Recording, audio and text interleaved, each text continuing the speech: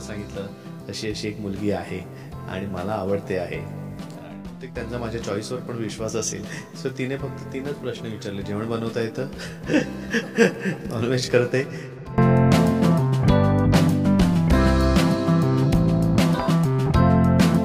आईकडे करायचो. सो प्रियाबद्दल सुद्धा मी बाबांना सांगू शकलो नाही, पण आईला सांगितलं सगळ्यात आधी. तिला आधी विश्वासात नाही घाबरलो. आईला मी अगदीच मोकळेपणाने गोष्टी सांगत होतो, तिच्याकडे रडत. उलट आईच खूप इमोशनल व्हायची. मी साधे सिनेमे बघायला लागलो ना तरी तिच्या डोळ्यात घळा पण आम्हीच उलट. मी आत्ता मला कळत नाही मला पुढच्या वर्षी काय करायचं आहे ते. तर तुझं ठरलंय आता 15व्या वर्षी की पुढच्या 15 वर्षात काय करायचं आहे. सो सो माय लेक या सिनेमाच्या निमित्ताने आपण भेटतोय आणि शर्ट मला आवडलाय आज. काय म्हणजे या शर्टवर नेमकं काय म्हणजे आवडला ना तुला, तेच करायचं होतं, तीच इच्छा होती. आवडला, घेतला. प्रियाची चॉईस आहे. हो, युनिक कुठून म्हणजे प्रियाने शोधलंय. सो आम्ही काल असं गेलो होतो शॉपिंगला. मला ठरत नव्हतं काय घालायचं काय माहीत नाही. गेलो, घेतलं, आलो. आवडलं, मला आवडलंय, छान आहे. आणि असंच काहीतरी युनिक असणार आहे तुझं पूर्ण या सिनेमामध्येही. जसं तू शर्ट घातलाय, वियर्ड घातलाय, तो मला आवडलाय, त्याच्यावर चित्र आवडलं. माहीत नाही, युनिक करण्याचा प्रयत्न नेहमी करतो, पण मला असं वाटतंय की युनिक असण्यापेक्षा रिलेटेबल जास्त असेल असं वाटतं. कारण माझं नेहमी म्हणणं असतं की 2 व्यक्ती जेव्हा भांडत असतात, वादविवाद होत असतात ना, तेव्हा प्रत्येकाला वाटत असतं आपण बरोबर, समोरचा चुकीचा. अशा वेळेला एक तिसरी व्यक्ती लागते की जी एक कम्फर्ट तुम्हाला देते किंवा जिच्यावर विश्वास असतो आणि जी ऐकू शकते तुमचं आणि तुम्हाला सांगू शकते की तुझं सगळंच बरोबर आहे किंवा तुझं सगळंच चुकलेलं असं नाही आहे. तुझं हे बरोबर आहे, पण हाही विचार कर तिचंही बरोबर असू शकेल समोरच्या व्यक्तीचं. सो ती जी भूमिका आहे ना ती मी करतो आहे याच्यात. सो दोघींचंही ऐकून घेणं, दोघींनाही एका पेजवरती आणणं किंवा दोघींमधलं दुवा बनण्याचं काम मी केलेलं आहे. सो आता ते कसं होतं आहे ते तुम्ही थिएटरला फिल्म पाहिल्यानंतर सांगा. ते तुझी आणि प्रियाची जेव्हा भांडणं होतात तेव्हा अशी कोण व्यक्ती इंडस्ट्रीमधली जी तुमच्या दोघांची भांडणं सॉर्ट आउट करते? इंडस्ट्रीमधलं नाही आहे, आमचे कॉलेजचे काही मित्रमैत्रिणी आहेत. आम्हाला असं वाटतं त्यांची आम्ही मदत घेतो. अशा वेळेला मी माझं सगळं त्या व्यक्तीला सांगतो किंवा प्रिया जाऊन सांगते. आणि नाहीतर मग कमी वेळा जावं लागतं, नाहीतर आम्हीच आमच्या एकमेकांमध्ये सॉर्ट करतो. भांडणाशिवाय तर शक्य होणार नाही काही. खूपदा आम्ही आमच्यात सॉर्ट करतो, नाही तर मग अशी कॉलेजमधल्या मित्रमैत्रिणी असतातच. माय लेक सिनेमा आहे. मला सांग तुझं आणि आईचं नातं कसं होतं? कारण की तेव्हा खूप स्ट्रिक्ट असायचे. आत्ताचे माय लेकीची जोडी म्हणजे हा माझा बॉयफ्रेंड आहे मम्मा असं सहज दाखवतात. पण तुझ्या काळात तुझ्या जसं आता फोटोजमध्ये भरपूर मुली आलेल्या बाजूला, आयुष्यात तेव्हा भरपूर मुली असतील, तेव्हा तू तुझ्या आईबद्दल किती स्ट्रिक्ट होती तुझी आई? बाबा स्ट्रिक्ट होते, कसं तुझं आणि आईचं नातं? आई माझी मग एक रिस्पेक्ट होता, आदर होता. आत्ता तू म्हणतेस तसं बरोबर आहे. अगदी जे काही फ्रेंडशिप झोन असतो तसा फ्रेंडशिप झोन नव्हता. पण माझी आई माझा कम्फर्ट झोन होता. म्हणजे जे काही असेल ते मी आईला जाऊन सांगायचो, रडायचो, रुसायचो, जे काही आहे ते आईकडे करायचो. सो प्रियाबद्दल सुद्धा मी बाबांना सांगू शकलो नाही, पण आईला सांगितलं सगळ्यात आधी.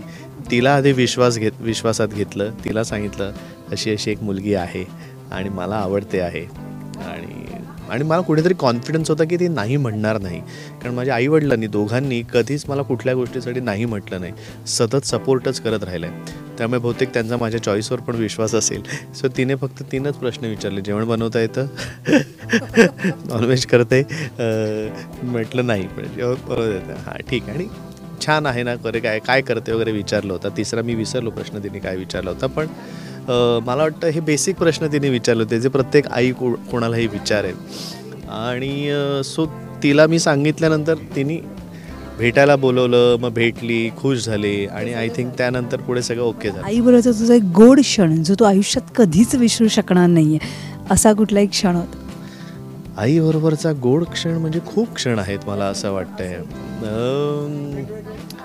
अरे बापरे, प्रत्येक क्षण आहे का असा एखादा मुवमेंट सांगणं कठीण आहे. तू खूप घाबरलास, ओरडली आई, किंवा असा घाबरलास पण आई ओरडलीच नाही तुला, आईने खूप समजून घेतलं आणि तू अरे मी उगाचच घाबरत होतो?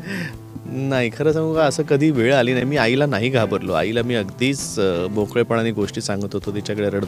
उलट आईच खूप इमोशनल व्हायची. मी साधे सिनेमे बघायला लागलो ना तरी तिच्या डोळ्यात घळा पण आम्हीच उलट चिडवायचो, हे बघ गंगा जमुना चालू झाल्या. सो पण आत्ता त्याचं महत्त्व कळतं आहे. आत्ता त्याची किंमत कळते आहे असं मला वाटतं. पण कुठल्याही गोष्टीला मी खरंच नाही घाबरलो आहे. मला आईची पदोपदी आठवण होते किंवा ती जी हळवी आहे त्या प्रत्येक गोष्टीची मला आठवण होते. आणि मला असं वाटतं की तिने जे तिच्या आयुष्यात केलेलं आहे ना, म्हणजे नोकरी सांभाळून, सगळ्या घरातल्यांचं सांभाळून, नातेवाईकांच्या प्रत्येकाचे रिलेशन्स जपणं जे असेल ते मला वाटत नाही की बाकी कोणाला शक्य होतं आमच्या घरात तरी. सो आय थिंक ते तिलाच शक्य झालं होतं. आणि प्रत्येक गोष्टीत अजूनही मला ती आठवते. अजूनही मला तिच्याबद्दल अनेक गोष्टी आमच्या लहानपणीच्या मला आठवतात. आणि मला असं वाटतं प्रेम आणि हळवेपणा हा कुठे असेल तर तो माझ्या आईमध्ये असतो असंच मला वाटतं. तुझी आणि सनयाची बॉन्डिंग कितपत झाली, केवढी झाली? तीही तुझ्याबरोबर ॲज अ जेल पूर्णपणे जशी ती अमृताबरोबर झालेली आहे. खूप गोड मुलगी आहे ती, खूप मेहनती मुलगी आहे ती. आणि खरंच आमचं बॉन्डिंग कुठे झालं माहिती आहे का, आम्ही लंडनमध्ये असताना एकदा आम्हाला एकत्र आम्ही जेवायला गेलो होतो. सोनालीने सांगितलं आमचं शूटिंग आहे, तुमचं नाही आहे, तुम्ही थांबा हॉटेलमध्ये आणि तुम्ही एकत्र जेवा. तर आम्ही म्हटलं चल आज लंच डेटवर जाऊया आपण सनया, असं म्हणून आम्ही जेवायला एकत्र गेलो होतो. आणि तिथे आम्ही खूप गप्पा मारल्या. तिने पिझ्झा वगैरे मागवला होता आणि त्या गप्पा अशा होत्या साधारण, त्याच्यात ती मला वेगवेगळं विचारत होती. म्हणजे ती वर्ल्ड सिनेमा पाहणारी मुलगी आणि हॉलिवूड. सो हॉलिवूडची ही फिल्म पाहिली आहेस तू, हा शो पाहिला आहेस? तर मी प्रत्येक वेळेला नाही. हळूहळू तिच्या डोळ्यात ना मला असं दिसायला लागलं, रिडिक्युल दिसायला लागलं, मला कॉम्प्लेक्स यायला लागला. म्हटलं हा कोण आहे ॲक्टर, ह्याला हे काहीच माहीत नाही, हे आत्ताच्या जनरेशनचं काहीच माहीत नाही आहे. सो मी म्हटलं अगं असं नको, म्हणजे मलाही काही गोष्टी माहिती असू शकतात. पण तेव्हा मला इतका कॉम्प्लेक्स आला होता. तेव्हा ती हसली होती खूप मनापासून. आणि त्यानंतर मी तिला त्यावरनं छळतो. तिचे पुढच्या 15 वर्षाचे प्लॅन्स त्यांनी मला सांगितले होते. मग प्लॅन ए, प्लॅन बी सांगितला होता. हा जर नाही सक्सेसफुल झाला तर माझ्याकडे दुसरा प्लॅन आहे, हा आहे. मग मी काय करणार आहे, मला काय शिकायचं आहे आणि माझं करिअर मी कसं करणार आहे, कुठल्या स्टेजला मी हे करताना हे पण करणार आहे. तर मी अवाक झालो होतो तिचं हे सगळं ऐकून. मी म्हटलं तू काय, म्हणजे आत्ता मला कळत नाही मला पुढच्या वर्षी काय करायचं आहे, ते तर तुझं ठरलं आहे आता 15व्या वर्षी की पुढच्या 15 वर्षात काय करायचं आहे. सो फार हुशार मुलगी, फार डिटरमाइंड, फार मेहनती मुलगी आहे.